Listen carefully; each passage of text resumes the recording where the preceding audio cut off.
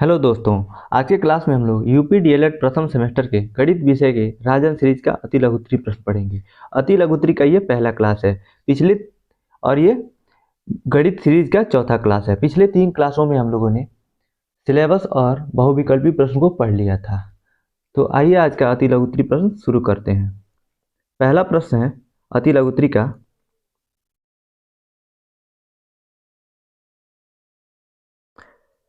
20/2/3 metre लंबी रस्सी में से 5/1/8 मीटर काटा गया, शेष रस्सी की लंबाई क्या कीजिए।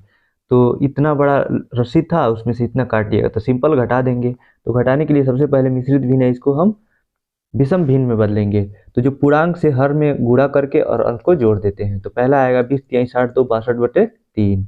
दूसरा आएगा दूसरे 5/40 और एक 41/8। दोनों का एलसीएम हो जाएगा 24। 3/24 और 8 से 62 में गुणा करेंगे 496 आएगा, माइनस 8 3 का 24 और 3 से गुणा करेंगे 41 में 123 आएगा, घटा देंगे। तो 373/24 लीटर। लीटर नहीं होगा, यहाँ मीटर होगा। रस्सी की लंबाई मीटर में दिया है ना, तो लीटर गलत दिया है, यहाँ मीटर होगा। इसमें देखिए फिर से ये मिश्रित भिन्न में बदल दिया है। 24 से जब 373 में भाग देंगे तो 15 बार में कटेगा और 23 शेष बचेगा। तो इसका रस्सी की लंबाई हो जाएगा 15 सही 23/24 मीटर। प्रश्न संख्या दूसरा है, किसी गांव में पुरुषों की संख्या 6xy plus 5y² minus 8z है, महिलाओं की संख्या 2x plus xy minus 2y है। ज्ञात कीजिए पुरुषों की संख्या महिलाओं की संख्या से कितनी अधिक है। तो पुरुषों की संख्या कितनी अधिक है, इसका मतलब पुरुषों की संख्या में से महिलाओं की संख्या को घटा देंगे। तो देखिए इसका हल। पुरुषों की संख्या दिया है इतना, महिलाओं की संख्या इतना दिया है, और महिलाओं की संख्या निकालने के लिए पुरुषों की संख्या में से महिलाओं की संख्या घटा देंगे। ब्रैकेट में, ये ब्रैकेट में है, ये महिलाओं की संख्या है। तो देखिए ये एज इट इज रह जाएगा सेम, और ये माइनस चिन्ह है ब्रैकेट के पहले, तो सबका चिन्ह बदल देगा। 2x प्लस में था तो माइनस में, xy प्लस में था तो माइनस में, और माइनस 2y ये माइनस में था तो प्लस में। अब यहाँ पे देखिए पहला है, यहाँ पे 6xy, तो 6xy देखिए xy एक यहाँ पे दिया है, माइनस में है तो एक घट जाएगा, तो यहाँ पे बच जाएगा 6 में से 1 जा 5xy। और इसके आगे है 5y², इसमें कहीं y² नहीं है तो सेम लिख देंगे इसको 5y²। माइनस 8z, आगे कहीं 8z नहीं है तो माइनस 8z लिख देंगे। माइनस 2x, ये भी कहीं नहीं है 2x, ये अकेले आया है तो माइनस 2x लिख देंगे। और माइनस 2 यहाँ प्लस 2y है, ये भी अकेले आया है तो प्लस 2y लिख देंगे। तो जो महिलाओं की संख्या हो जाएगी वो हो जाएगी 5xy plus 5y² minus 8z minus 2x plus 2y। प्रश्न संख्या तीसरा है, दशमलव संख्या 51.3 धन 510.03 धन 5100.003 धन इकाई दहाई सैकड़ा हजार 50,001.0003 को जोड़िए। तो ऐसे जब भी प्रश्न आए तो आप देखिए जो दशमलव लगाते हैं, दशमलव एकदम सीध में लिखिए ऊपर नीचे, और दशमलव के दाईं ओर का चिन्ह जो भी अंक आया है लिख देते हैं, और बाईं के तरफ लिख देते हैं, और जो जिसके सामने आए उसको लिखते जाते हैं और बाद में जोड़ लेंगे। तो देखिए यहाँ पे 51.3 दिया है, तो 51.3 के आगे 3 जीरो बढ़ाया है, क्योंकि लास्ट में जो है 3 जीरो के बाद यहाँ पे आया है 50,001.0003। तो इसी के बराबर करने के लिए 3 जीरो, आप दशमलव के बाद जो भी कोई अंक है उसके बाद कितना भी जीरो बढ़ा सकते हैं, मान में कोई परिवर्तन नहीं होता है। तो 51.3 और 3 जीरो हो जाएगा, ये 510.0300 ऐसे लिख लिया और सबको जोड़ देंगे। सिंपल सा है, ये इतना आंसर हो जाएगा 55,662.3333। प्रश्न संख्या 4 है, वह बड़ी से बड़ी संख्या बताइए जिसमें 49, 59 और 109 को भाग देने पर शेषफल क्रमशः 1, 3, 5 बचे। बड़ी से बड़ी संख्या पूछा है, इसका मतलब कि HCF पूछा है, मौसम पूछा है। तो लेकिन 1 और 3 5 शेष बचे, तो पहले ही इसको घटा लीजिए तीनों संख्या में से, और जो आएगा इसका हम लोग HCF निकाल लेंगे, यानी मौसम पर निकाल देंगे तो सही आंसर हो जाएगा। तो 49 में से 1 जा 48, 49 59 में से 3 जा 56 और 109 में से 5 जा 104 और तीनों का HCM निकालेंगे। मौसम ज्ञात करना, मौसम ज्ञात करने में पहले 2 से भाग जाएगा, 24 बार में कटेगा, 28 बार में 56 कटेगा, 104 52 बार में कटेगा और फिर से 2 बार में भाग जाएगा, तो 24 2 एकम में 2 2 4 12 बार में, 28 14 बार में, 52 26 बार में, फिर 2 से भाग जाएगा 6 7 और 13।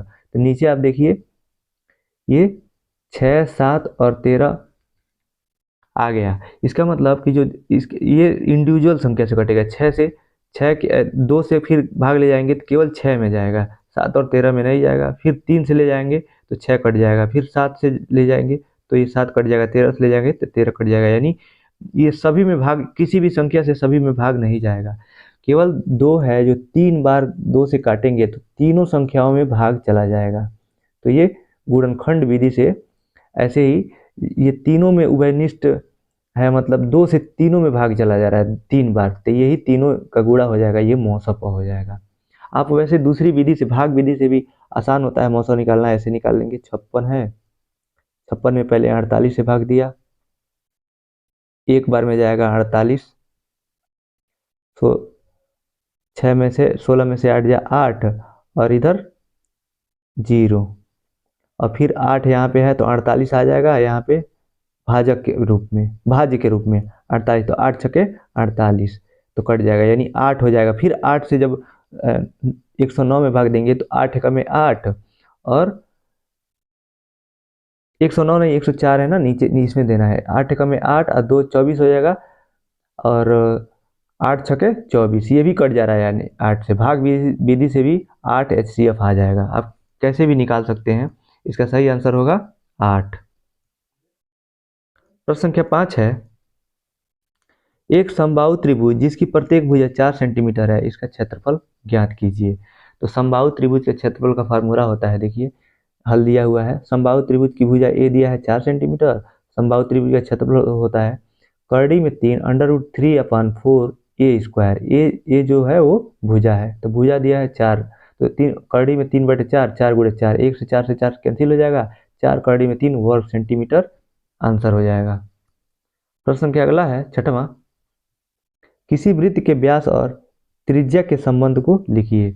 तो व्यास बराबर 2 गुणे त्रिज्या होता है, इसका उत्तर हो जाएगा व्यास बराबर 2 गुणे त्रिज्या। प्रश्न संख्या 7 है, तल पर स्थित किन्हीं 2 बिंदुओं से होकर जाने वाली कितनी रेखाएं खींची जा सकती हैं। तल पर किसी 2 बिंदु, तो देखिए एक बिंदु मान लीजिए ये हो गया, एक बिंदु ये है, तो इसको मिलाएंगे तो एक ही तो रेखा खींची जाएगी, तो इसलिए इसका उत्तर हो जाएगा 1। प्रश्न संख्या 8 है, 3ab - 2ab square - 5abc + 3ab square को सरल कीजिए। तो इसको सरल करने के लिए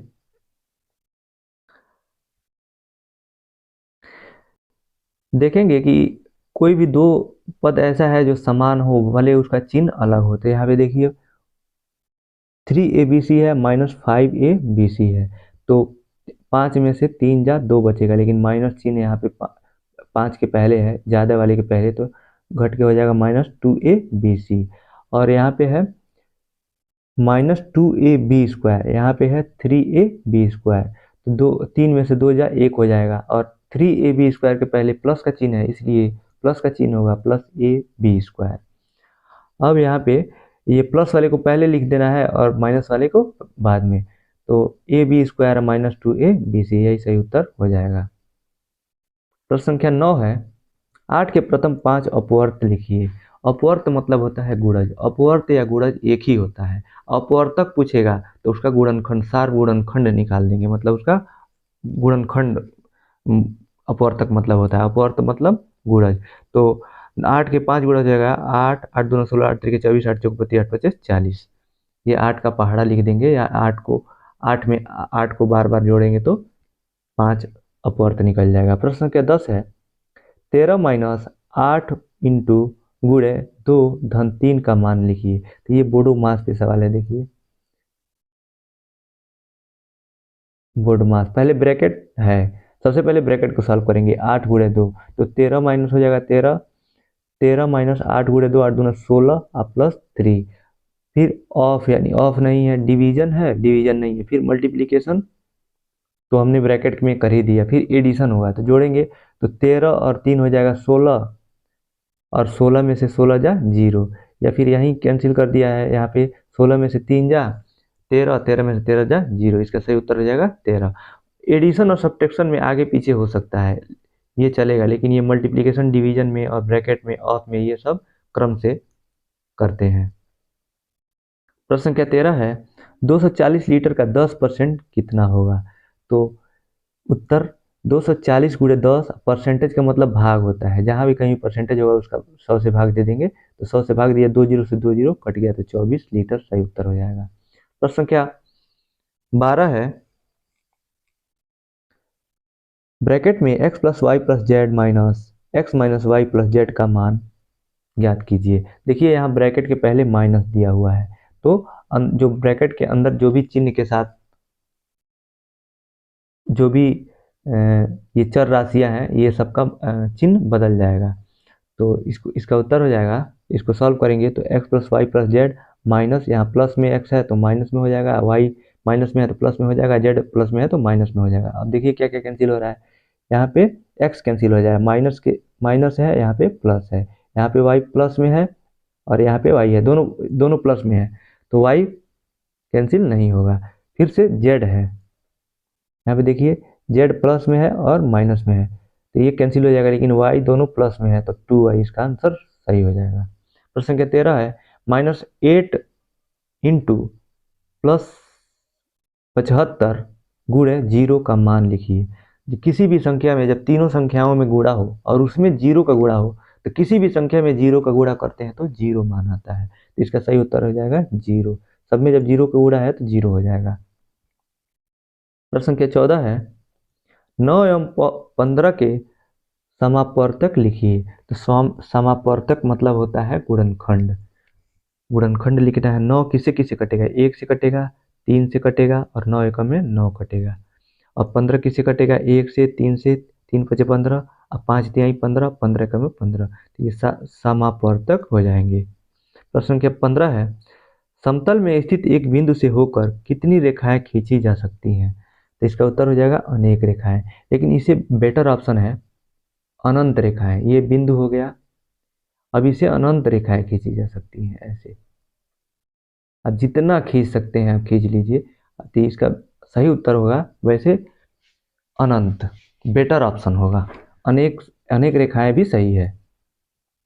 प्रश्न संख्या 16 है 12 के अपवर्तक लिखिए।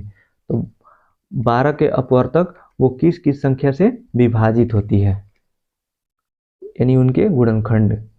तो इसका उत्तर दिया है अपवर्तक का आस है किसी संख्या अथवा व्यंजक को पूरा पूरा विभाजित करने वाला, यानी किस किस संख्या से वो विभाजित हो जाए। तो 12 से 12 को एक एक गुण एक 12 बार में मतलब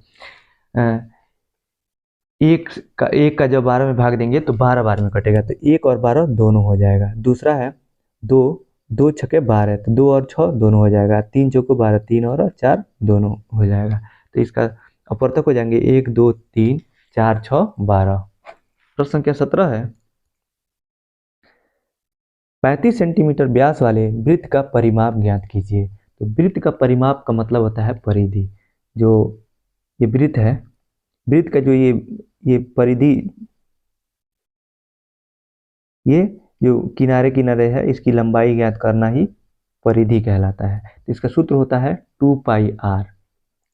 तो यहाँ पे व्यास दिया है, व्यास और त्रिज्या के बारे में हम लोगों ने पढ़ा है, व्यास बराबर 2 गुणे त्रिज्या, तो त्रिज्या निकालने के लिए व्यास में 2 से भाग दे देंगे, तो त्रिज्या निकल जाएगा यहाँ पे देखिए 35/2। लेकिन यहाँ पे ये गलत दिया है, वृत्त का परिमाप बराबर 2 ब्रैकेट में πr + 2r, ये गलत है। आप 2πr निकालेंगे, 2π और r का मान हो जाएगा r, तो 2 गुणे 22/7 हो जाएगा पाई का मान, और r का मान 35/2। तो 7 से काटेंगे, 7 × 5 = 35 और ये 2 से 2 कैंसिल हो जाएगा, और 22 में जब 5 का गुणा करेंगे तो 5 दूनी 10 के 0, हासिल 1, 5 दूनी 10 के 11, 110 सेंटीमीटर हो जाएगा सही उत्तर। यहाँ ये गलत दिया हुआ है, बहुत गलत देता है राजन सीरीज में, जहाँ जहाँ गलत होगा हम आपको बता देंगे।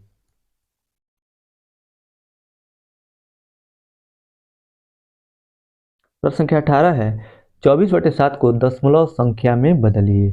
तो दशमलव संख्या में बदलने के लिए भिन्न में दिया है तो सिंपल सा 7 से भाग दे देंगे। तो 7 त्रिका 21 हासिल 3 और दशमलव लगाएंगे तो 30 हो जाएगा। तो 7 चौको 28 फिर हासिल 2 बचेगा। तो 2 में फिर दशमलव पहले लगा ही है फिर 0 बढ़ेगा तो 20 होगा। तो 7 दूनी 14 ऐसे करते हुए देखिए 5 अंक तक निकाला है, लेकिन आप 2 अंक तक निकालेंगे बहुत है। दशमलव के 2 अंक तक निकाल लेंगे सही उत्तर हो जाएगा। 7 से भाग देंगे 24 में दशमलव में बदल जाएगा। प्रश्न संख्या 19 है किसी तल पर स्थित एक रेखा से में कितने बिंदु हो सकते हैं? तो अनंत बिंदु हो सकते हैं। ये एक रेखा है, रेखा की कोई माप नहीं होती है और इसका कोई भी अंत नहीं होता है। ये भी एक रेखा है, ये भी एक रेखा है, ये भी एक रेखा है, ये भी एक रेखा है, तो इसमें अनंत बिंदु हो सकते हैं।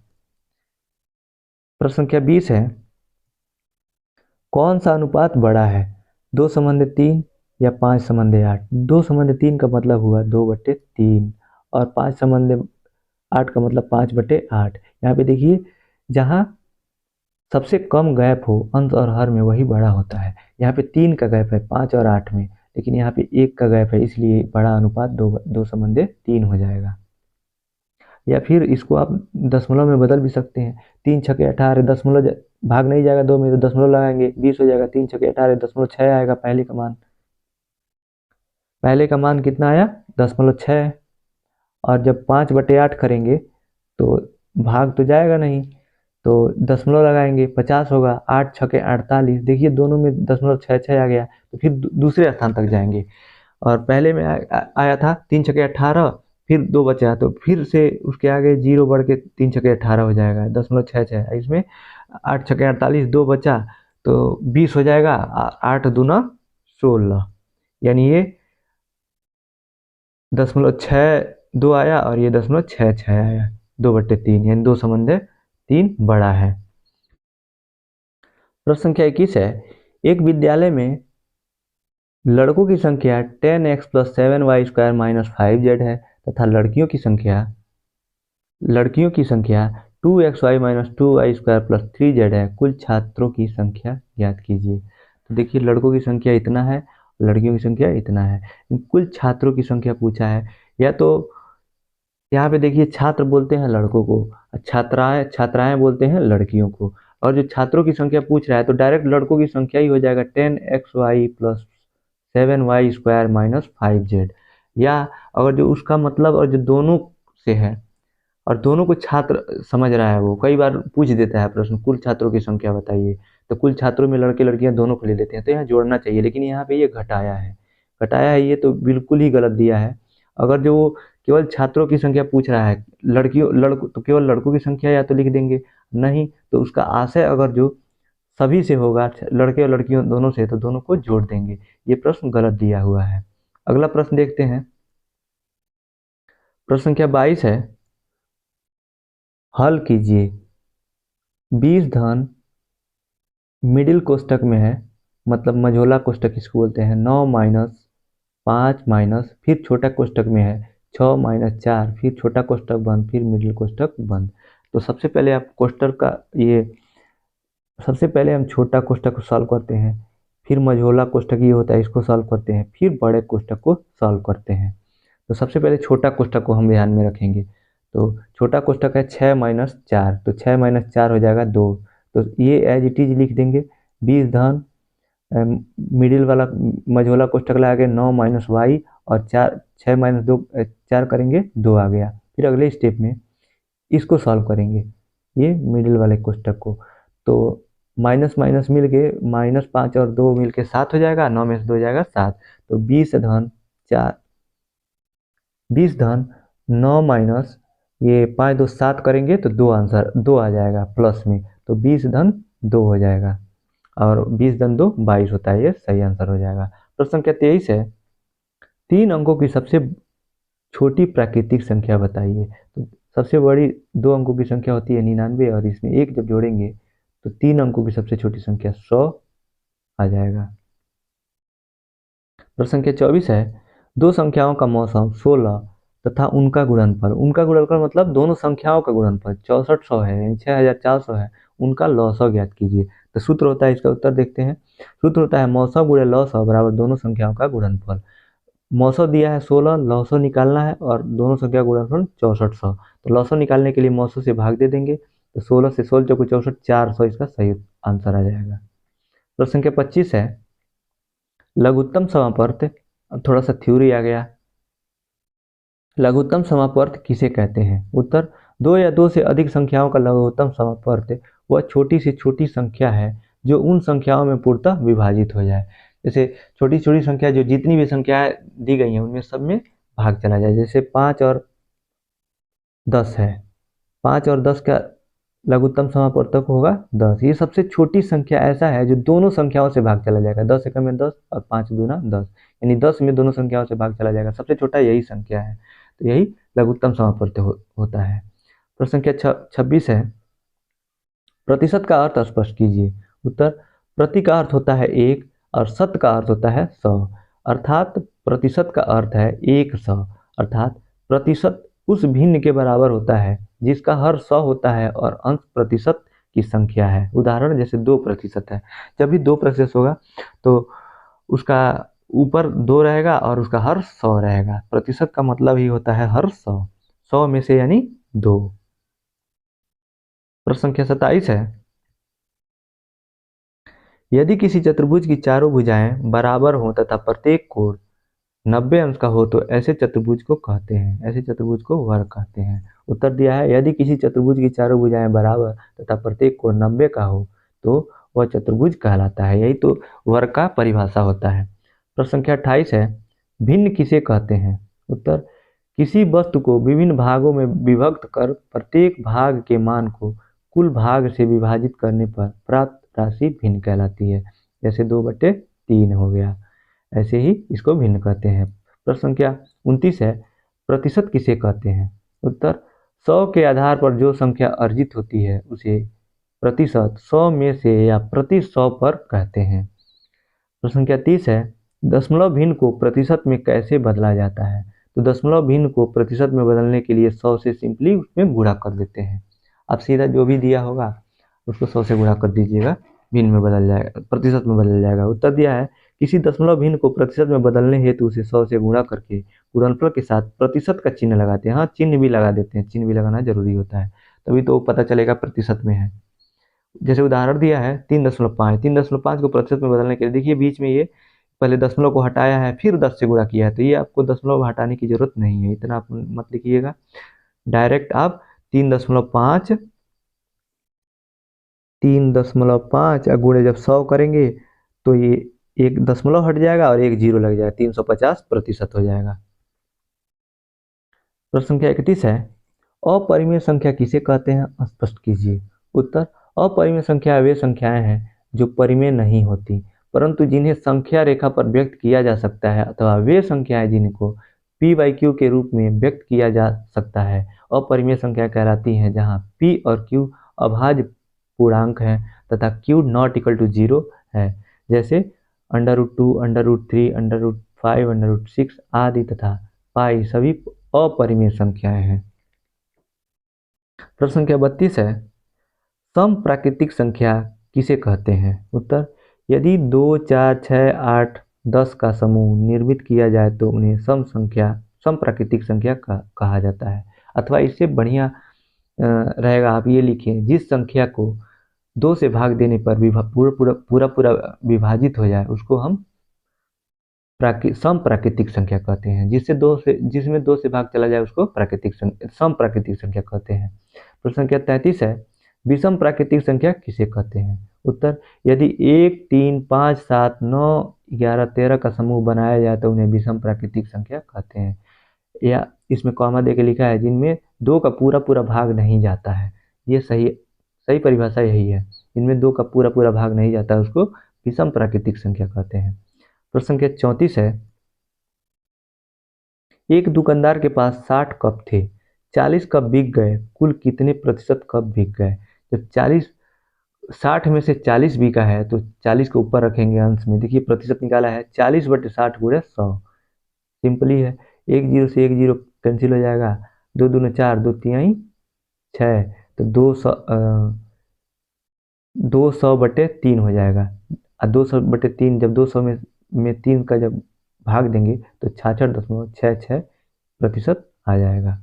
प्रश्न संख्या 35 है, एक गांव में महिलाओं की संख्या 4a + 3ab + 2b² तथा पुरुषों की संख्या 5ab + 2b² - 6c है। पुरुषों की संख्या महिलाओं की संख्या से कितनी अधिक है? यानी पुरुष की संख्या अधिक है तो महिलाओं की संख्या घटा देंगे पुरुषों की संख्या में से। तो देखिए, आप इसको ऊपर नीचे लिखा है, लेकिन आप बगल में भी लिख के एक लाइन में ही लिख के कर सकते हैं। दूसरे वाले को पहले ब्रैकेट में लगा दीजिएगा, फिर ब्रैकेट तोड़ दीजिएगा, माइनस का चिन्ह, सबका चिन्ह बदल देगा। देखिए, पहला दे दिया है, पहला लिख लेंगे, फिर दूसरा लिख लेंगे। जब घटाया जाएगा तो चिन्ह बदल जाएगा।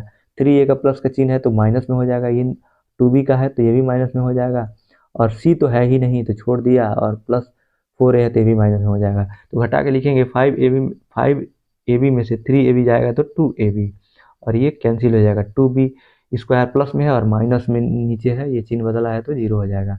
अब -6c, नीचे तो 6c है, c का पद है ही नहीं तो -6c, और 4 को ये माइनस चिन्ह के साथ लिख देंगे -4a, तो इसका सही उत्तर हो जाएगा 2ab - 4a - 6c। प्रश्न संख्या 36 है, 3 अंकों की सबसे बड़ी संख्या की उत्तरवर्ती संख्या लिखिए। 3 अंकों की सबसे बड़ी संख्या उत्तरवर्ती, परवर्ती या अनुवर्ती, ये तीनों एक ही चीज है। इसका मतलब इसमें जो भी जिस भी संख्या का उत्तरवर्ती, अनुवर्ती या परवर्ती पूछे उसमें एक जोड़ देते हैं। तो सबसे पहले इसमें पूछा है 3 अंकों की सबसे बड़ी संख्या में का परवर्ती, तो 3 अंकों की सबसे बड़ी संख्या होती है 999, 3 बार लिखेंगे 999, और इसका उत्तरवर्ती संख्या हो जाएगा 999 में एक जोड़ेंगे 1000। प्रश्न संख्या 37 है, 0.085 को प्रतिशत में बदलिए।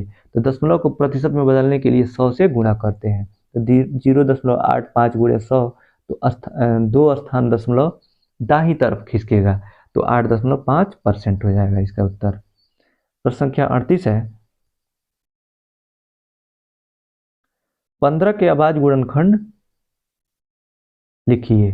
तो 15 के अभाज्य गुणनखंड हो जाएगा, अभाज्य संख्या वे संख्या कहलाती हैं जो एक और खुद से विभाजित होती हैं, बाकी किसी भी संख्या से विभाजित नहीं होती हैं। तो 15 एक से जाएगा, एक से कट जाएगा 15, एक हो जाएगा, और 2 से जाएगा नहीं, 3 से जाएगा, फिर 5 तिहाई 15, 3 × 5 = 15 और 5 तिहाई 15। इसका सही उत्तर हो जाएगा 1 × 3 × 5।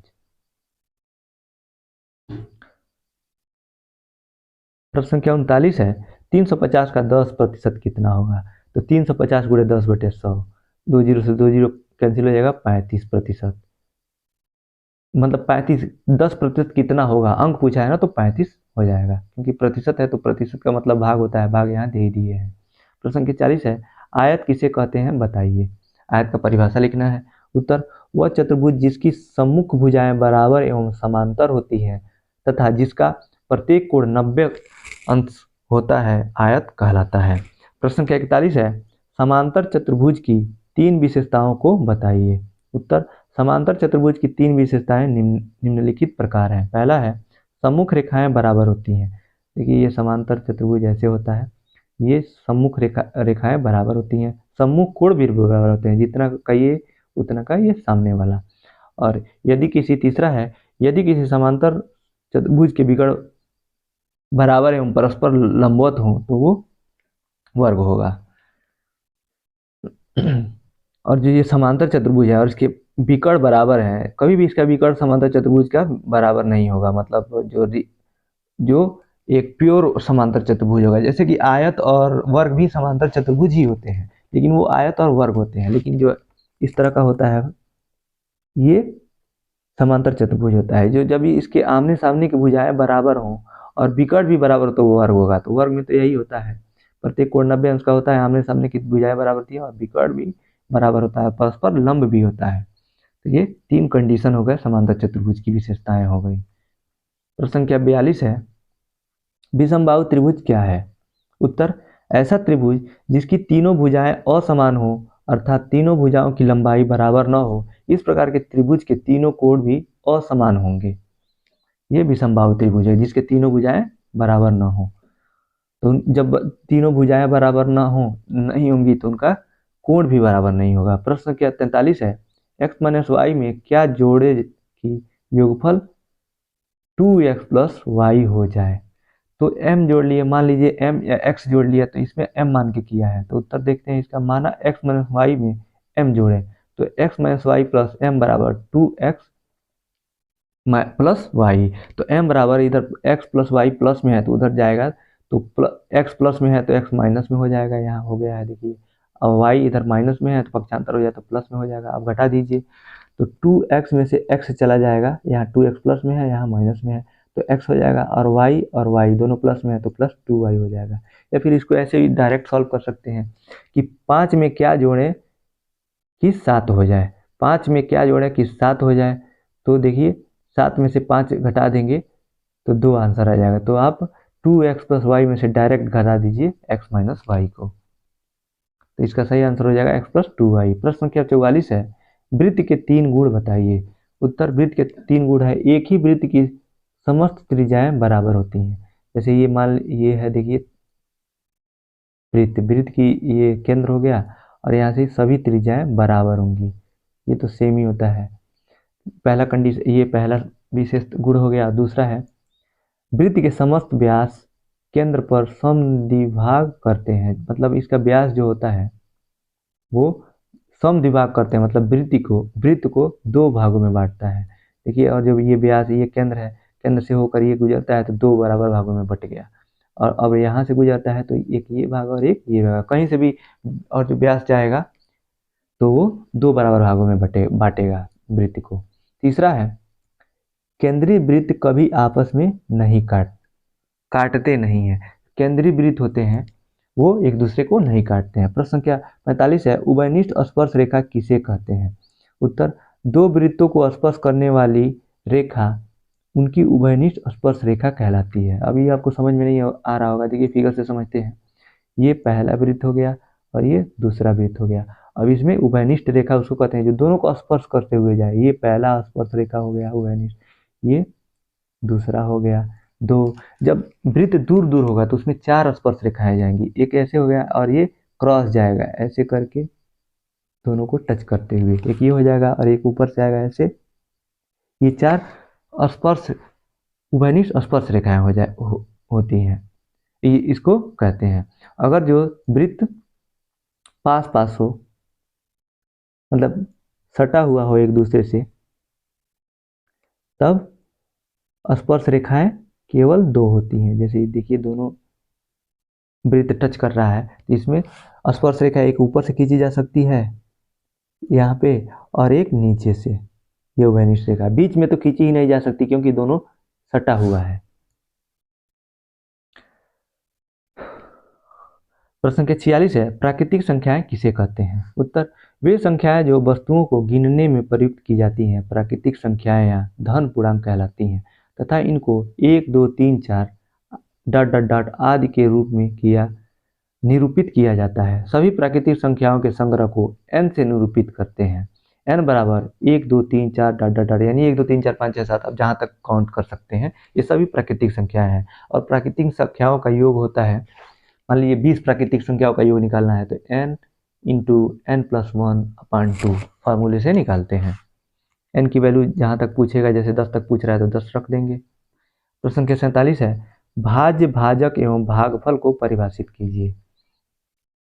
ये देखिए 15 भागे 5 तो 3 बार में जाएगा, 5 तिहाई 15, यहाँ पे ये 0 शेष बचेगा तो ये होता है भाजक, और 3 बार में भाग जाएगा, ये इसको कहते हैं भागफल, और जो 15 होता है ये भाज्य होता है, जो नीचे आता है इसको शेषफल कहते हैं। आप इतना समझ गए हैं, अब इसको देखिए कैसे लिखेंगे।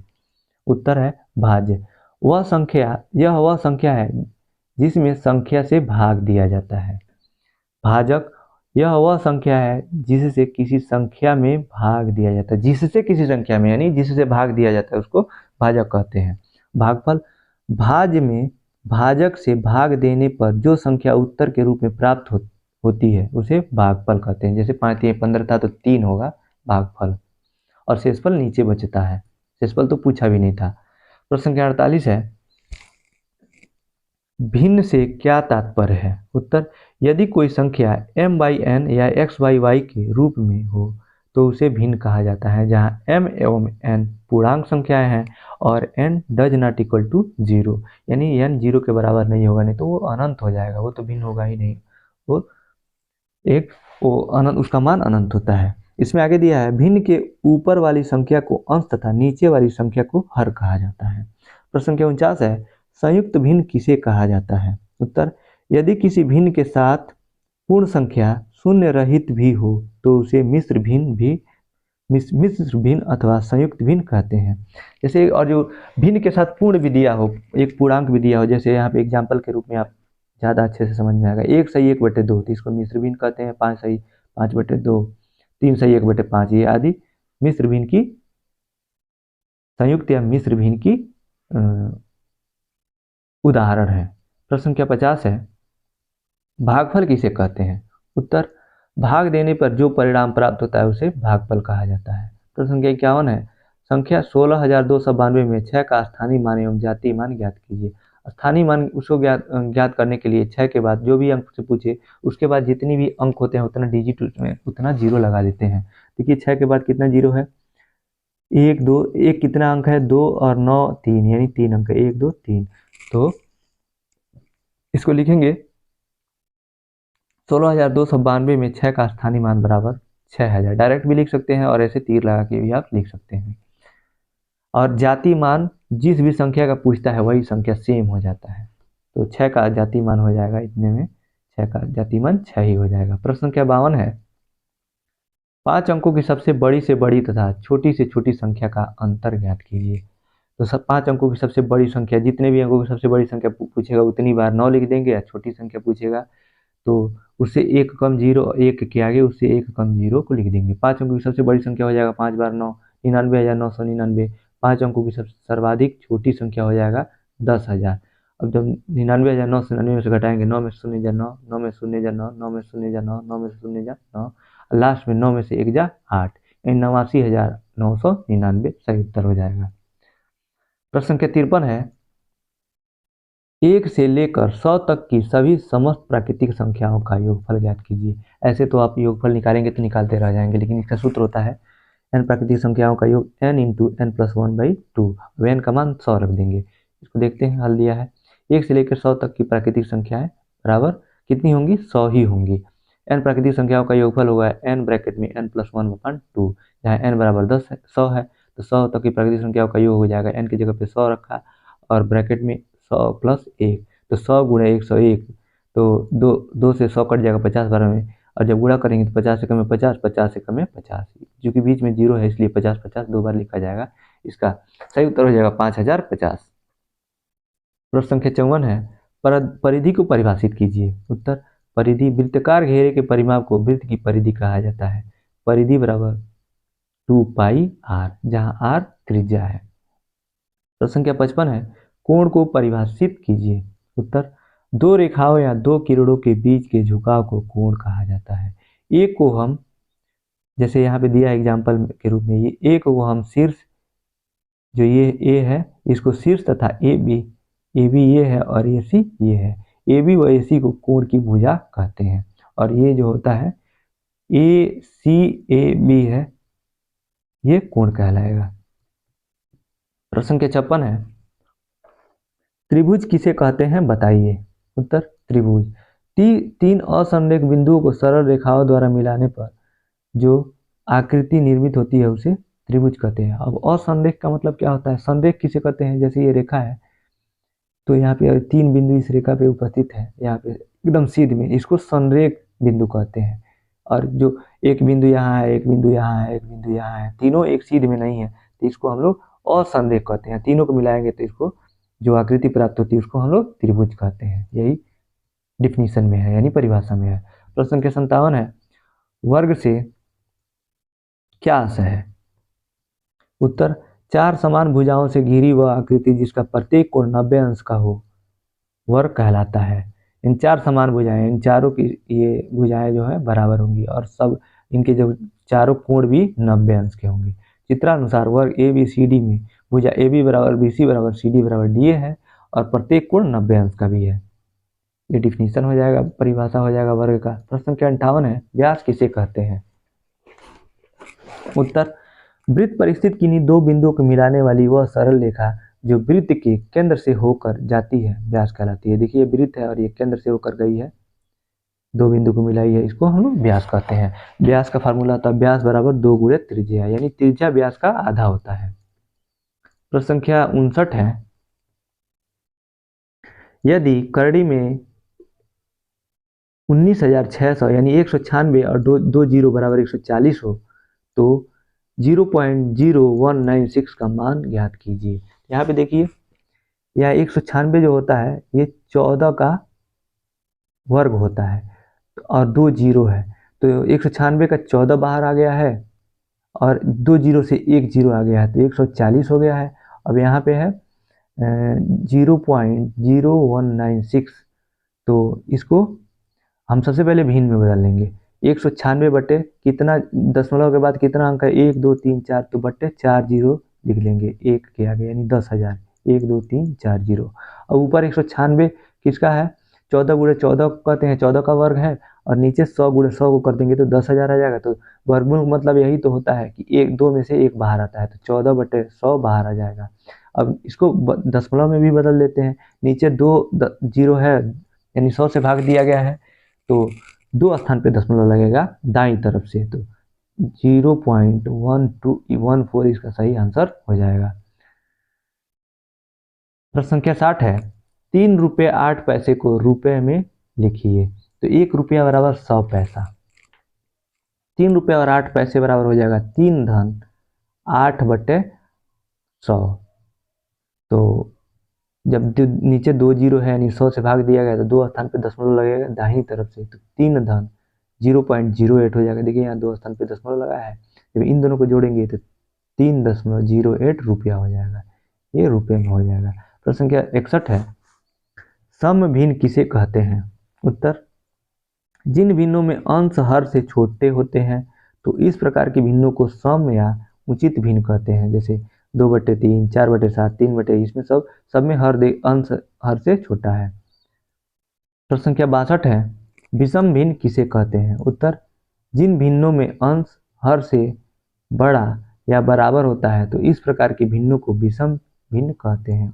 उदाहरण में, जिसका अंश हर से बड़ा उसको विषम भिन्न, जिसका अंश हर से छोटा उसको सम भिन्न। एग्जाम्पल है 5/2, 12/7, 8/3, 7/11 और 11/3, इन सब में अंश बड़ा है। प्रश्न संख्या 63 है, 8.754 को विस्तारित रूप में लिखिए। तो इसको विस्तारित रूप में लिखने के लिए आप देखेंगे दशमलव के जितने बाईं तरफ से जितने स्थान पे दशमलव के जितने अंक पे जितने स्थान पे कोई अंक होगा नीचे एक के आगे उतना जीरो लिखेंगे। जैसे आप पूर्णांक को पूर्णांक के रूप में लिखेंगे, जैसे कि 8 धन 0.7 क्योंकि एक स्थान पे है, और धन 0.05 यानी 0.7 के जगह पे जीरो लग दिया क्योंकि 7 यहाँ ऑलरेडी लिख चुके हैं, और उसके आगे है 0.004। अब दशमलव को भिन्न में बदलेंगे तो 8 धन 7 बटे, एक स्थान पे दशमलव है तो 7/10, दो स्थान पे दशमलव है तो 5/100, और तीन स्थान पे दशमलव है 4 में तो 4/1000 हो जाएगा। ये विस्तारित रूप हो जाएगा। प्रश्न संख्या 64 है, जोड़िए 13.279 और 3.00046 एवं 742.0000372। इसका यही फार्मूला होता है कि दशमलव सेम मतलब एक सीध में लिखते हैं और जो जहाँ जाता है अंक वहाँ जाने देते हैं। जैसे 13 है 13.279, दूसरे में दशमलव के नीचे दशमलव और 3, ये इसका 3 है वो पहले 3 के सीध में आ जाएगा। यहाँ पे कुछ नहीं है तो इसको छोड़ देंगे, और इसके आगे 3 अंक तक है तो 3 जीरो ही है, 000 और फिर 4 6, ऐसे ही इसको भी लिख लिया और सबको जोड़ लिया। जोड़ेंगे देखिए यहाँ 2 हो जाएगा, यहाँ पे ऊपर कुछ नहीं है लेकिन नीचे है 4 और 6, 6 12 13 13 के 3 हासिल, और 7 3 4 3 7 7 1 हासिल 8 हो जाएगा। यहाँ पे कुछ नहीं है, नीचे 0 है, ऊपर 9 है तो 9 लिख दिया, 7 है ऊपर, नीचे कुछ नहीं है तो 7 लिख दिया, ऊपर 2 है नीचे 0 है तो 2 लिख दिया, और 3 3 3 6 6 2 8, और 1 4 5, और ऊपर 7 के कुछ भी नहीं है तो 7 लिख दिया। ये इसका उत्तर हो जाएगा। ऐसे जोड़ते हैं दशमलव को। तो इसी के साथ आज का ये अति लघु प्रश्न का क्लास समाप्त होता है। इसके आगे जो भी अति लघुत्तरी बचा हुआ है इसके हम लोग कल के क्लास में पढ़ेंगे। तो आज का क्लास आपको कैसा लगा आप कमेंट बॉक्स में बता सकते हैं। अगर जो अच्छा लगा तो लाइक कीजिए, अपने दोस्तों के साथ शेयर कीजिए। अगर चैनल पे नए हैं तो चैनल को सब्सक्राइब कीजिए। इस वीडियो को देखने के लिए आपका बहुत बहुत धन्यवाद दोस्तों।